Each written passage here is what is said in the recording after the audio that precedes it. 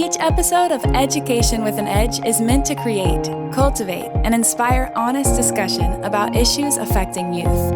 Hosted by author, artist, educator, advocate, and speaker, Jeannine Lane. Hello and welcome. This is Jeannine Lane, and this is Education with an Edge, the podcast that is all things to do with youth and community, because we know one thing, and that's that every child matters. We are so very honored to have back in the studio. She was my very first guest, and I'm so very grateful. She's also my mother, Jeannine Lane, and head of McConaughey Discovery Center. And we often hear people talk about IQ, Jeannine, but you have a very interesting program that and a topic that we are going to be discussing today, which is actually EQ, or emotional intelligence. So can you please tell us a little bit what is emotional intelligence, first of all, and why is it important? Thank you so very much for having me. I'm excited to talk about this curriculum and this program, and I'm extremely involved in it. It's been around for a very long time, and it is the best one available. I want to start with, absolutely, I'd like to talk about that. Emotional intelligence, or EQ, as we refer to it, describes the ability to understand one's own feelings. It provides great insight on how emotions influence motivation and behavior. EQ is it's understanding and definitely comprehending the self-management and self-awareness and how our emotions affect all of that. So let's elaborate a little bit on that, Jeannine. What is the largest difference between IQ, which is what we hear so much about, and then EQ? This is interesting to do a comparability study on these two, because I just mentioned that EQ is about the self-management, the self-awareness, how our emotions affect everything. So keep in mind that IQ stands for intelligence quotient. So in doing IQ, it's a measure of a person's ability to reason. So your ability to reason is a gauge to see how well we can store information, how our memory works, that we use the logic to answer questions. It refers to short and long-term memory. It's comprehending and processing facts and then being able to give an answer back. For example, the IQ is used on standardized tests. The other thing is we have a very finite, specific number. The average IQ of the average person is 100. There's a range. It can be a little more or less. It's very tangible, very easy to measure. It's the math. It's the English, it's the writing, it's that type of thing, where EQ is the emotions, the self-management, the self-awareness. Very interesting. So why would you say that EQ is so important? This is crucial information. I am so grateful that you asked that question. If there is one takeaway that I want everybody to have, this is it. The Carnegie Foundation, over 100 years ago, did this research project, and they have continued to modify it and redo it. It still holds true today. 85% of our success in life is contingent on our EQ. 15% is contingent on our IQ. I think that is extremely relative information. Absolutely. When you think about in terms of being people smart or book smart and how that equates, I mean, that's kind of a layman's terms for describing it, but that's so very interesting. So how do you delineate between soft skills and hard skills? You know, I do want to answer that because there is a very specific difference in the two. And the first thing on the hard skills, or the IQ, or the tangible, they're easy to measure. It's writing, it's math, it's the ability to use computer programs, it's all of that type of thing, to digest information, to read, to then write it down and remember it, write down exactly what you read. The soft skills are, they're everything from interpersonal assertion to self-esteem to drive, strength, motivation to decision-making. How we manage our time. It's time management. It's the commitment ethic. When we commit to do something, having the integrity and the ethics to follow through. It's stress management. And this is my most important one. It's about physical wellness. It's understanding that if we're physically well, that then we're emotionally well, and everything follows suit after that. I think it's interesting as teachers, we oftentimes talk about that we're shifting gears into applicable or practical information from just regurgitation. So a lot of, we've had kind of a long history of that's how even tests were designed, was just to regurgitate information. You listen to the teacher, you take notes, and you regurgitate it. But how do you really apply it to real life and make that work? Right. One thing, I'm so glad that you brought that up, because one thing that I often think of, there isn't one of us who doesn't remember walking out of the classroom, and it could have been a professor, it could be in high school, it could be in junior high, and we're walking out of the classroom, and you look at your friend and you say, I'm not sure I understood anything he said. And somebody says, well, it's because he's so smart, he's just above us all. That's great. I'll bet his IQ is good. But the fact remains that our communication skills and our ability to present an idea makes us an educator. And that is going to take the soft skills, communication, body language, all of those things versus I just have a high IQ. Absolutely. So is there a correlation between emotional intelligence and the impact of student retention and GPA? I am pleased that you asked that, because I do have some very specific statistics. Just like, again, I'm going to keep going back, that 85% of our success in life is dependent on our EQ, 15% on our IQ. The student retention, these research projects have been done over and over. Given the success profiler, which is just one of the curriculums, one of the portions of the Conover system of the emotional intelligence and those soft skills, if the students were given the success profiler, which remember is empathy, motivation, self-esteem, commitment, interpersonal awareness, decision-making, if they were giving that, 92% versus 60% in the first quarter illustrated better retention. In the second quarter, 80% versus 40%. Keep in mind, the 80% were given the success profiler curriculum, 40% were not. By the third quarter, 78% were still retaining versus 30%. So on people who did not get it, students, it went from 60, 40, 30. And the ones who were given success profiler to retain information, it went from 92 to 80 to 78. One study shows an increase in the grade point average, the GPA, from 1.79 to 2.79 by adding just the success profiler. So we're very much able to see that that's a whole point in a GPA, which is massive. Is there a connection between EQ and high school scores plus high school academic achievement? Yes, there is. This is a significant correlation between the high school scores, and 10 out of 11 of the students' emotional intelligence improved their academic achievement. That is a very tangible, measurable thing to do. And keep in mind, we can't improve anything, people, if we do not, Jaquel, if we do not know how to measure it in some way.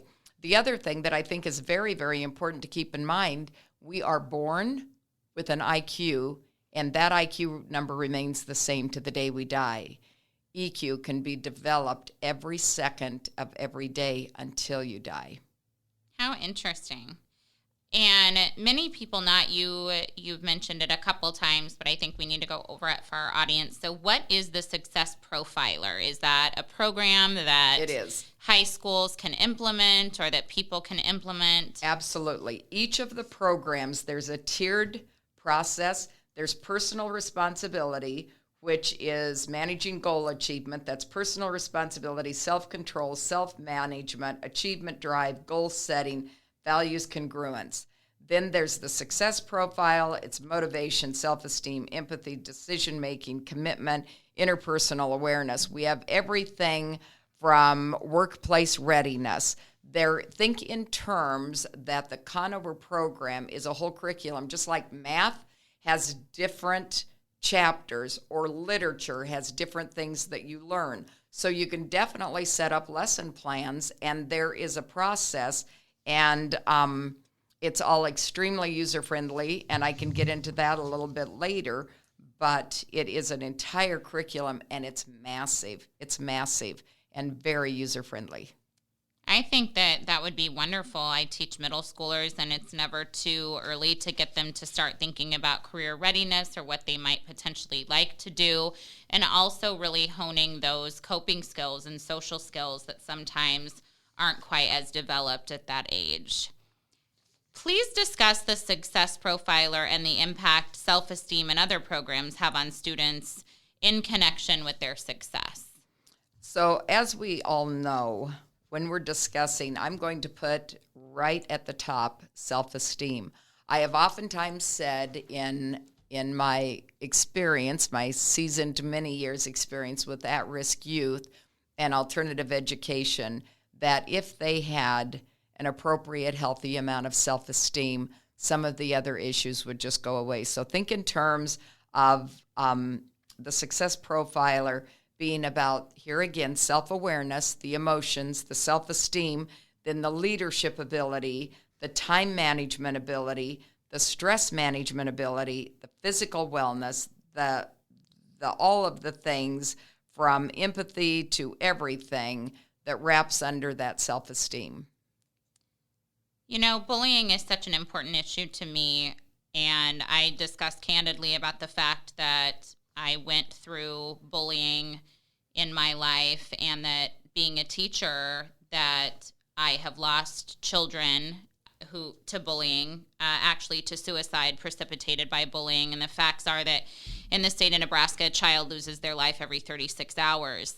And so I wrote a book, From Bully to Bestie, for counselors to use and for middle schools and high schools to use, that was in child's language, elementary schools to use, that was in a kid's language. It's a pretty simplistic book, but just to give them a reference of something to talk about these big feelings that they were feeling.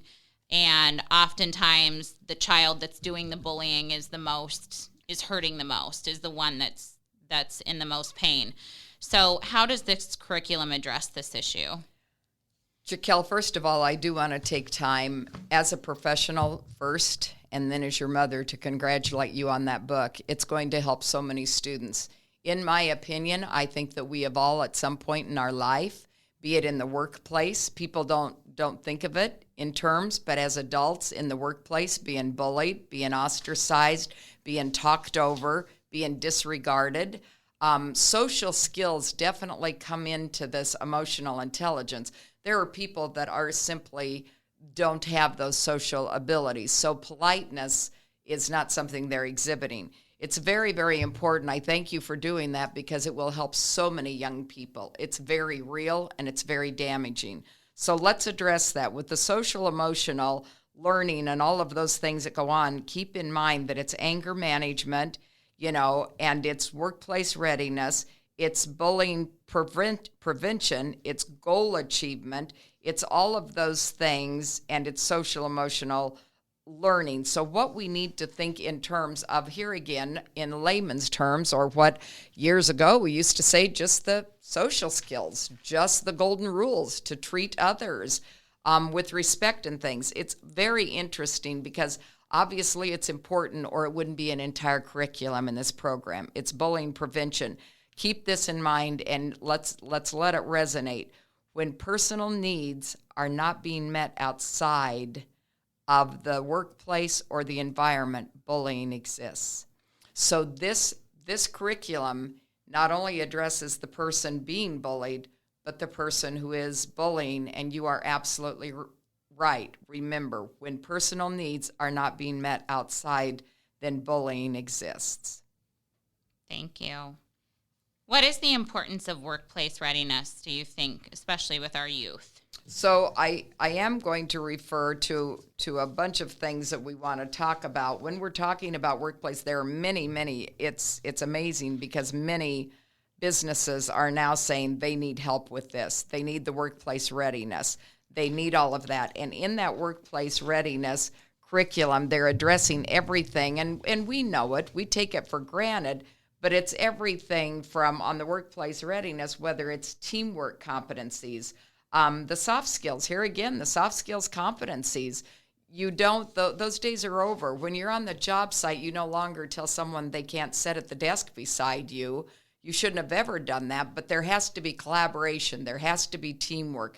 There has to be great communication skills. There has to be the ability to listen to someone else's ideas and concepts, and that's massive. That's part of it.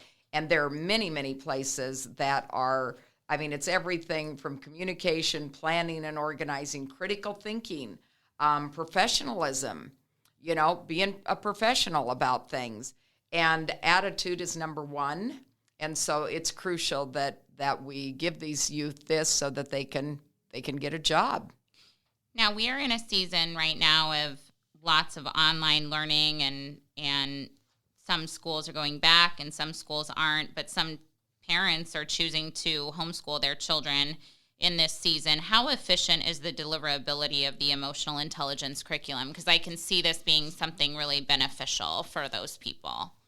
Jaquel, I have been a part of this program for literally 30-some years, and I will tell you this is one of the best. The deliverability and the assessing tool is magnificent. So keep in mind, our youth think in megabytes of RAM, quick and fast. There's 1,000 plus short video scenarios. There's no reading required. It's full audio capabilities. It's self-paced, user-directed learning, no installation, no setup required, accessible on computers and mobile devices on your smartphones. It's comprehensive reporting options, and it does not alter any more extra work for any teacher, instructor, anything. It is the most user-friendly, very, very technologically advanced program. Thank you so much, Jeannine, for being with us here today. If you are interested, either you are homeschooling your children, you're a school district, you're a counselor, or you want to implement this type of program with your employees, please contact Jeannine at jlane@mdcenters. That's jlane@mdcenters.net. And once again, she is CEO of McConaughey Discovery Center. And once again, that is www.mcconaughey, McConaughey, Discovery, DISCOVERY, Center, CENTER.com. We're so very grateful that you were able to spend this time with us, Jeannine. She's an advocate. She is definitely a proponent of children and youth and families, and it's always a joy and a pleasure. Thank you so much. And this is Jeannine Lane signing off with Education with an Edge, the podcast that is dedicated to youth, community, and families, because we know in our hearts that every child matters. Have a great day. If you have a question or just want to learn more, go to JaquelLane.com. Thanks for listening to Education with an Edge. A Parkville Media Production.